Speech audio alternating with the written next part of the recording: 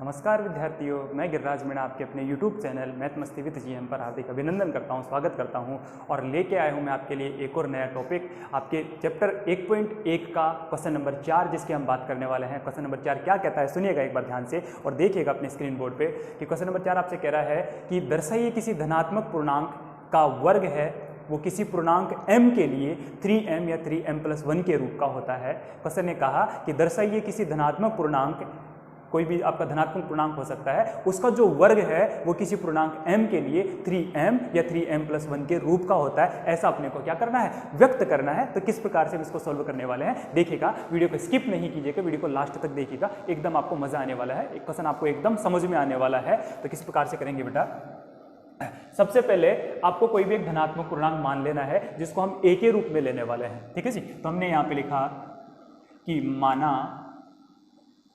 a एक क्या है जी, धनात्मक पूर्णांक है, ठीक है जी। आपके क्वेश्चन में कि आपको 3m या 3m+1 के रूप में व्यक्त करना है, तो m का गुणांक क्या दे रखा है जी आपको यहाँ पे, m का गुणांक देखो, वर्ग करने की स्थिति है ना, तो यहाँ पे जो m का गुणांक दिया है उसको आप b के रूप में मान सकते हो। किसके रूप में मानने वाले हो, b के रूप में आप मान सकते हो। तो यहाँ पे कि तब b बराबर कितना है जी, 3 है। यहाँ पे जो m का गुणांक आपको दिया है उसको आप b के बराबर में रखने वाले हो। इस स्थिति में है, ठीक है, तब आप क्या करोगे बेटा, तब आप लिखने वाले हो कि अतः कौन सी से, विभाजन या विभाजन एल्गोरिथम आप लिख सकते हो। क्या लिख सकते हो आप यहाँ पे कि यूक्लिड विभाजन प्रमेयिका से, ठीक है जी, यूक्लिड विभाजन प्रमेयिका से, तो सॉरी यूक्लिड विभाजन प्रमेयिका से, ठीक है। अब आप बताइए मुझे कि यूक्लिड विभाजन प्रमेयिका क्या होती है। हाँ जी, मैं आपसे यही पूछ रहा हूं, आप बताइए यूक्लिड विभाजन प्रमेयिका क्या होती है, तो बोलिएगा एक बार। वेरी गुड, a बराबर BQ + R होती है, जहां पे आपने कहा कि जहां पे जो R होता है उसका मान B से तो कम व 0 के बराबर या 0 से बड़ा हो सकता है, ये इसकी कंडीशन हो जाती है, ठीक है जी। अब यहाँ पे अपने को क्या दिया है जी, B का मान कितना दिया है, B का मान अपने को 3 दिया है। तो आप कह सकते हो कि चूंकि B बराबर 3 है, इस स्थिति में इसलिए जो R का मान होगा वो किससे छोटा हो जाएगा, 3 से छोटा हो जाएगा, क्योंकि B बराबर 3 है तो 3 से छोटा होगा, वह 0 के बराबर या 0 से क्या हो सकता है, 0 के बराबर या 0 से बड़ा हो सकता है आपका मान। तो इसको इस प्रकार से लिखेंगे और ये जो अपना विभाजन एल्गोरिथम मिला इसको हमने क्या दे दिया, समीकरण नंबर 1 इसको नाम दे दिया। अब क्या करने वाले हैं जी, हमने लिखा यहाँ पे जो R है उसके सभी मान हम प्राप्त कर लेते हैं, ठीक है जी। तो यहाँ हमने लिखा कि अतः R बराबर क्या हो सकते हैं कि R का मान 3 से तो कम रहना चाहिए और 0 के बराबर या 0 से बड़े मान तो मिल ही रहे हैं आपको। तो R का मान 3 से कम होना चाहिए, तो आप 0 लिख दोगे, उसके बाद में 1 भी लिखोगे, उसके बाद में 2 भी लिखोगे, परंतु R का मान किससे कम होना चाहिए, 3 से कम होना चाहिए और 0 के बराबर होना चाहिए। तो हमने इसको 0 के बराबर भी लिख लिया है, ठीक है जी। अब ये मान अपने को R के मिले, किसके मान मिले, अपने को R के मान मिल गए हैं। अब समीकरण नंबर 1 से हम लेने वाले हैं, समीकरण 1 से, ठीक है जी। और समीकरण 1 से हमने बात की तो यहाँ पे हमने लिख दिया कि चूंकि b बराबर तो कितना दिया है अपने को, b का मान तो अपने को 3 दिया है जी, तो b का मान 3 मिल गया, तो b के मान रखिए, b का मान 3 रखेंगे और r के विभिन्न मानों के लिए हम यहाँ पे ये a के मान ज्ञात करते जाएंगे, जो अपना धनात्मक पूर्णांक है उसके मान हम निकालते जाएंगे। तो यहाँ पे रख लेंगे सबसे पहले कि r बराबर कितना लेने पर, 0 लेने पर, ठीक है जी। r बराबर हमने 0 ले लिया बेटा, क्या लिखेंगे, a बराबर b का मान 3 है, q + के 0, r की जगह पे हमने कितना रख दिया है, 0 रख दिया है, तो a का मान कितना मिला जी, यहाँ से 3q, ठीक है जी। और इसको हमने कह दिया कौन सा समीकरण, समीकरण नंबर 2 नाम हमने इसको दे दिया है। अब अगले वाले पद में r बराबर हमने ले लिया जी, r बराबर कितना लेने पर, 1 लेने पर r का मान 1 रखना है, ठीक है जी। r का मान 1 रखे तो क्या बनेगा, यहाँ से आप बोलिएगा a बराबर 3q प्लस का 1 हो जाएगा। कैसे? a बराबर b का मान 3 रखा, q प्लस r का मान हमने 1 रख दिया, तो 3q प्लस 1 हो गया। ठीक है, ये हो गया जी अपना समीकरण नंबर 3 हो गया। इसी प्रकार से r बराबर कितना लेंगे? r बराबर 2 लेने पर, ठीक है जी, r बराबर हमने 2 ले लिया, तो r बराबर 2 लेने पर किस प्रकार से हम इसको हल करेंगे? तो ये मिल जाएगा अपने को a बराबर 3q प्लस के 2 हो जाएंगे, और इसको समीकरण नंबर हमने 4 कह दिया है। ठीक है जी, अपने को जो धनात्मक पूर्णांक है बेटा वो मिल गए सारे, कि a एक धनात्मक पूर्णांक है और r के विभिन्न मान अपने को मिले जी। कहाँ है ये रे? 0, 1, 2, ये अपने को r के मान मिले हैं। और इस स्थिति में धनात्मक पूर्णांक के मान क्या मिले? r बराबर 0 रहा तो a बराबर का 3q बन गया, r बराबर आपका 1 रहा तो a बराबर 3q प्लस 1 रहा आपका। ठीक है, और r बराबर आपने 2 लिया तो a बराबर 3q प्लस का 2 आपका बन गया है। ठीक है जी, अब ये सारे पद बने, तो अपने तो क्वेश्चन ने क्या कहा है कि दर्शाइए किसी धनात्मक पूर्णांक संख्या के वर्ग को, है ना, उसके वर्ग की बात की गई है और वर्ग की बात की है। तो यहाँ पे जो समीकरण नंबर 2 है, समीकरण 3 है और समीकरण 4 प्राप्त हुए हैं, इन सभी के सबसे पहले हम क्या ज्ञात करने वाले हैं? इनके वर्ग हम ज्ञात करने वाले हैं, और वर्ग ज्ञात कर लेंगे तो उसके पश्चात कैसा लिखेंगे बेटा हम इसमें? सबसे पहले समीकरण 2 से बात करते हैं बेटा, है ना। तो हमने लिखा समीकरण 2 से, ठीक है, या समीकरण 2 का आप डायरेक्टली कर लो, समीकरण 2 का क्या करने पर? वर्ग करने पर। ठीक है जी, समीकरण 2 का आपने वर्ग कर दिया बेटा, तो समीकरण 2 क्या रही? ये रही, इसका आपने लिखा a स्क्वायर बराबर, और यहां से लिख दिया जी 3q का भी स्क्वायर, और 3q का आपका स्क्वायर किया, यहाँ पे 3q का आपने स्क्वायर किया तो क्या बनेगा? यहाँ से बन जाएगा a स्क्वायर बराबर, और 3 का वर्ग करोगे तो कितना मिलेगा? हाँ जी, 3 का वर्ग कितना आ जाता है? 3 का वर्ग आ जाता है जी यहाँ से 9, और इसके साथ में कौन दे रखा है? q दे रखा है, तो q का भी क्या हो जाएगा? स्क्वायर हो जाएगा, और a का स्क्वायर आपको मिल गया 9q स्क्वायर आपको मिल गया है। ठीक है, अब ये 9q स्क्वायर मिला है ना बेटा, तो अपने प्रश्न ने तो कहा है, क्या कहा अपने प्रश्न ने? अपने प्रश्न ने अपने से कहा है कि धनात्मक पूर्णांक संख्या के वर्ग को 3m या 3m प्लस 1 के रूप में लिखना है। तो यहाँ पे धनात्मक पूर्णांक आपका a था, इसका हमने वर्ग भी कर लिया, वर्ग यहाँ पे तो 9q स्क्वायर के रूप में आ रहा है, तो यहाँ पे m तो आया ही नहीं। तो एक काम करते हैं कि इसमें से सबसे पहले 3 को कॉमन ले लेते हैं, 3 को कॉमन ले लेते हैं, क्योंकि 3m का रूप देना है ना, तो 3 को हम कॉमन ले लेते हैं, और यहाँ से 3 को कॉमन लेंगे तो किस प्रकार से करेंगे? देखो बेटा, सबसे पहले इसमें से हमने लिखा कि a स्क्वायर बराबर जो 9m है उसमें से मैंने 3 कॉमन लिया। बेटा देखो 9q स्क्वायर है, सॉरी 9q स्क्वायर है, इसमें से हमने 3 को कॉमन ले लिया, तो देख के बताइए अंदर क्या बचेगा? यहाँ पे 3q का स्क्वायर बच जाएगा, क्योंकि 9 में से 3 कॉमन लेंगे तो कितना बचेगा? 3 ही तो बचेगा ना। और यहाँ से ये रहा, तो तब हमने मान लिया यहाँ पे कि माना m बराबर आपका 3q स्क्वायर हो जाएगा। ठीक है, ये जो शेष रह गया 3q स्क्वायर जो शेष रह गया उसको हमने कितना मान लिया है? m मान लिया है। और यहाँ कह सकते हैं कि जहाँ, यहाँ आप कह दो कि जहाँ m क्या है? एक पूर्णांक है। ठीक है जी, m क्या हो जाएगा आपका? m आपका एक पूर्णांक हो जाएगा। इस स्थिति में क्या मिल जाएगा आपको? a स्क्वायर बराबर 3m आपको मिल जाएगा, क्योंकि जो 3q स्क्वायर रहा उसको हमने क्या मान लिया जी? m मान लिया। ठीक है, समीकरण 4 तक हम दे चुके थे, अब समीकरण नंबर कितना दे देंगे? इसको 5 हम कह देंगे। ठीक है, अब इससे अगला काम क्या करना है? जो समीकरण 3 आपके पास है ना, उसका भी आपको इसी प्रकार से वर्क करना है, और 3m प्लस 1 वाला रूप आपको दे देना है। तो हम यहाँ पे लिखेंगे जी समीकरण 3 का क्या करने पर? वर्ग करने पर। ठीक है जी, समीकरण 3 का आपने वर्ग किया बेटा, तो किस प्रकार से लिखेंगे? देखो समीकरण 3 ये रही, तो इधर से हमने इसका वर्ग किया, a स्क्वायर बराबर ये रहा 3q प्लस 1 आपका रहा, तो इसका हमने वर्ग कर दिया। ठीक है, यहाँ पे एक सर्वसमीका बन रही है बेटा। क्या सर्वसमीका बन रही है? आप इसको कह सकते हो कि a प्लस बी का होल स्क्वायर बराबर आगे क्या होगी? अब आप बताओ मुझे सर्वसमीका, हाँ आप ही से मैं बात कर रहा हूँ, आप बताइए कि इसकी सर्वसमीका क्या हो जाएगी? कि a प्लस बी का होल स्क्वायर एक सर्वसमीका आती है, बोलिएगा। हाँ जी, वेरी गुड, आपने कहा कि a स्क्वायर प्लस का 2ab प्लस का b स्क्वायर, ये इसकी सर्वसमीका बनी है ना, कि a प्लस बी का होल स्क्वायर बराबर a square plus 2ab plus का b स्क्वायर इसकी सर्वसमीका बन रखी है। तो यहाँ पे देखिए कि जो 3q प्लस 1 है वो इस सर्वसमीका के रूप में, अर्थात जो 3q है आपका वो तो किसकी जगह पे है? a की जगह पे है, और जो आपका 1 है वो किसकी जगह पे है? b की जगह पे है। ठीक है, तो यहाँ पे सर्वसमीका में हम मान रख लेंगे, तो अपना a स्क्वायर तो इधर ऐसे कैसे, और 3q प्लस 1 की जगह हम लिखेंगे इस प्रकार से, तो 3q का होल स्क्वायर प्लस 2 गुणा 3q और गुणा 1 हो जाएगा b का मान और प्लस 1 का आप स्क्वायर करने वाले हो, तो इसको किस प्रकार से लिखोगे बेटा? देखो आपने लिखा a स्क्वायर बराबर, यहाँ पे क्या हो जाएगा, 3 का वर्ग कितना हो जाता है जी? 3 का वर्ग कितना हो जाता है? 9 हो जाता है, और यहाँ पे q का वर्ग करोगे तो q का स्क्वायर हो जाएगा। ठीक है, अब यहाँ पे कौन सा चिन्ह है? प्लस का चिन्ह है। मुझे बताओ 2 को 3 के साथ 3q के साथ गुणा करोगे और उसके बाद में 1 के साथ गुणा करोगे तो कितना मिलेगा?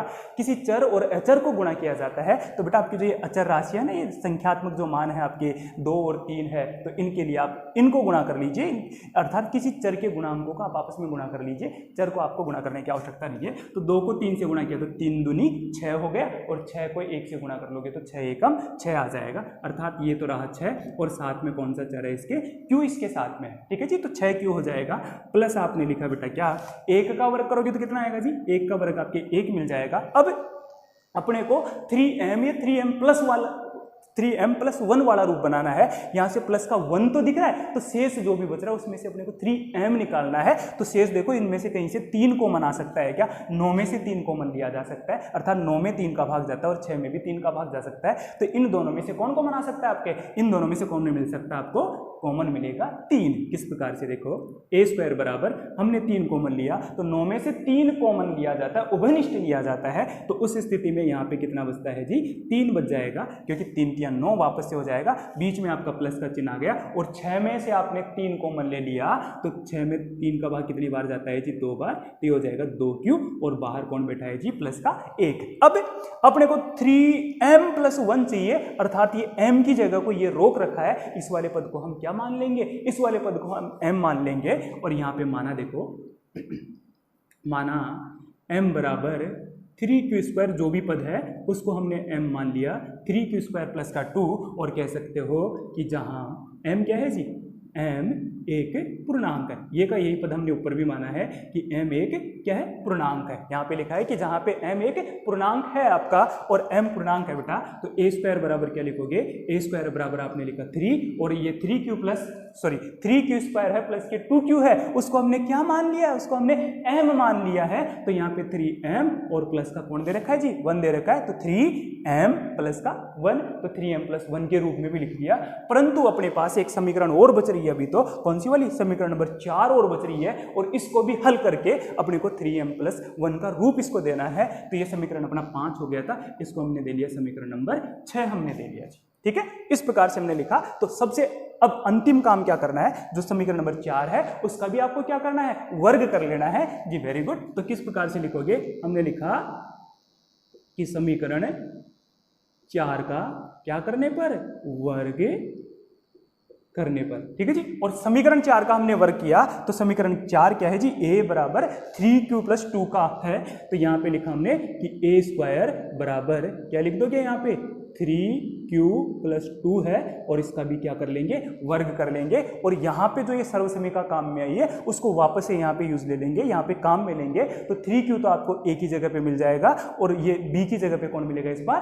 2 आपको b की जगह पे मिलने वाला है। ठीक है जी। तो किस प्रकार से लेंगे? देखो हमने इसका वर्ग किया बेटा, यहाँ से मिला a स्क्वायर, ये 3q, तो 3q का स्क्वायर प्लस 2 गुणा 3q गुणा 2, और प्लस क्या मिल जाएगा? यहाँ से 2 का स्क्वायर आपको मिल जाएगा। किस प्रकार से किया हमने कि a की जगह पे देखिएगा, a की जगह पे मैंने 3q को रखा, ये रहा a प्लस b, तो ये a और ये b रहा, तो 3q का स्क्वायर मतलब a स्क्वायर प्लस 2 गुणा 3q, a की जगह पे 3q और गुणा पे 2, तो 2 क्यों आया? क्योंकि b का मान कितना था जी? यहाँ पे 2 था, और प्लस का b स्क्वायर है, तो b की जगह पे कितना है? 2 है, तो हमने 2 का स्क्वायर यहाँ पे रख दिया है जी। ठीक है, अब इसका एक बार स्क्वायर करके लिख देते हैं। तो हमने लिखा a स्क्वायर बराबर, ये 3 का वर्ग करोगे तो कितना आ जाएगा? 3 × 9 q स्क्वायर आ जाएगा। इसी प्रकार से प्लस आपने लिखा यहाँ पे, देखो 3 दूनी 6 और 6 दूनी कितना हो जाएगा? 12 यहाँ पे बना, तो ये 12 ये q बन गया, और 2 का वर्ग करोगे तो कितना आएगा? 2 का वर्ग 4 आ जाता है, 2 दूनी 4 यहाँ पे आ जाता है बेटा, और ये 4 बन गया। ठीक है, अब इस वाले पद को यहाँ पे देखा जाए ना, इस वाले पद को यहाँ पे देखा जाए तो ये 3m+1 जैसा लग नहीं रहा। ठीक है, और 3m वाला भी बनाए तो वैसा भी नहीं दिख रहा है। तो एक काम हम यहाँ पे करते हैं, क्या काम करते हैं कि यहाँ पे जो ये प्लस का 4 है ना, इसमें से हम प्लस का 1 निकालने का प्रयास करते हैं, है ना। +1 यहाँ से हम बाहर निकाल ले तो अपना काम बन सकता है। किस प्रकार से +1 को बाहर हम देखें, तो एक बार फोकस कीजिएगा कि कि ए स्क्वायर, इसको ऐसे कैसे आप लिखो, आपने लिखा ए स्क्वायर बराबर, और जो ये है ना 9 क्यू स्क्वायर प्लस के 12 क्यू और प्लस का 4 है, तो इसको आप इस प्रकार से लिख सकते हो।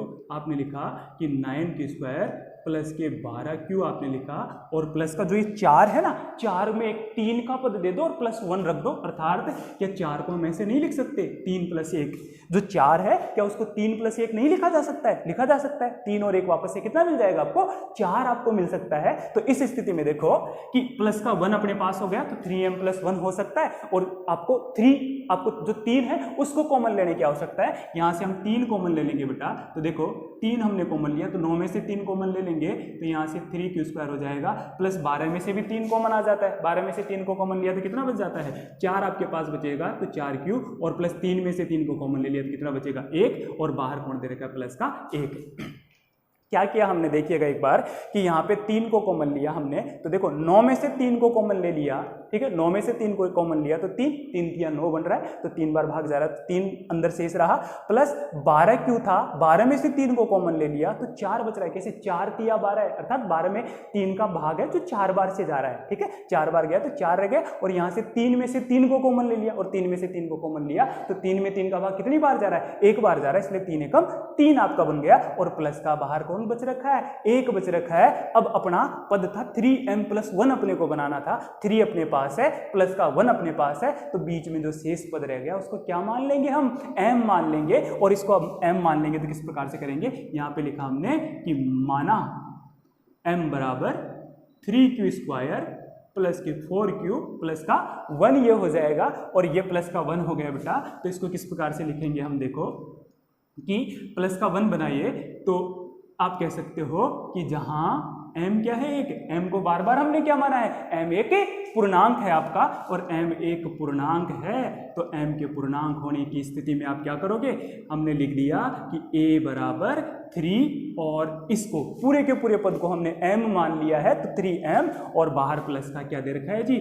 1 दे रखा है, और इधर समीकरण 6 दिए थे, तो ये हो गया समीकरण नंबर 7। ठीक है, अब a कौन था? सबसे पहले देखो a अपना एक धनात्मक पूर्णांक है बेटा, और अपने क्वेश्चन ने यही कहा है कि किसी धनात्मक पूर्णांक और उसके वर्ग की हम बात करते हैं, तो a का वर्ग यहाँ पे लिया, कहाँ पे लिया? ये रहा जी, a का वर्ग है, उसको धनात्मक पूर्णांक a था, उसका स्क्वायर किया, मतलब उसका वर्ग है। क्या a के वर्ग को हमने 3m के रूप में व्यक्त किया? हाँ जी, समीकरण नंबर 5 कह रहा है कि 3m मिल जाएगा उसका वर्ग, ठीक है। समीकरण 6 के पास चले, क्या किसी धनात्मक पूर्णांक a है, उसके वर्ग को 3m प्लस 1 के रूप में व्यक्त किया आपने? हाँ जी, हमने इसको 3m प्लस 1 के रूप में भी व्यक्त कर लिया, और समीकरण नंबर 7 के पास चलते हैं, तो उसके अगले पद में भी यही मिल रहा है कि किसी धनात्मक पूर्णांक के वर्ग को 3m प्लस 1 के रूप में व्यक्त किया जा सकता है। तो ये एक तय है, ऐसा इस प्रकार से सिद्ध होता है कि किसी धनात्मक पूर्णांक कोई भी आपकी संख्या है, उसके वर्ग की यदि हम बात कर ले तो हमेशा उसके वर्ग को हम 3m प्लस 1 और 3m प्लस 1 के रूप में व्यक्त कर सकते हैं, अर्थात 3m और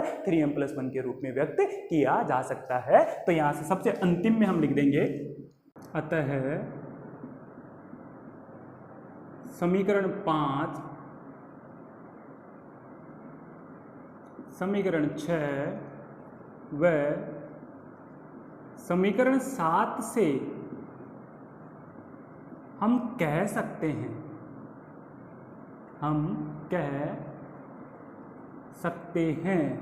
क्या कह सकते हैं जी? देखिएगा कि समीकरण 5, 6 व 7 से हम क्या कह सकते हैं कि किसी धनात्मक पूर्णांक को, जो आपके क्वेश्चन ने कहा है ना कि किसी धनात्मक पूर्णांक संख्या के वर्ग को, तो हम कह सकते हैं समीकरण 5, 6, 7 क्या करिए कि समीकरण 5 में कहा कि पूर्णांक संख्या a के वर्ग को 3m, तो हम लिखेंगे कि अतः समीकरण 5, 6 व 7 से हम कह सकते हैं कि किसी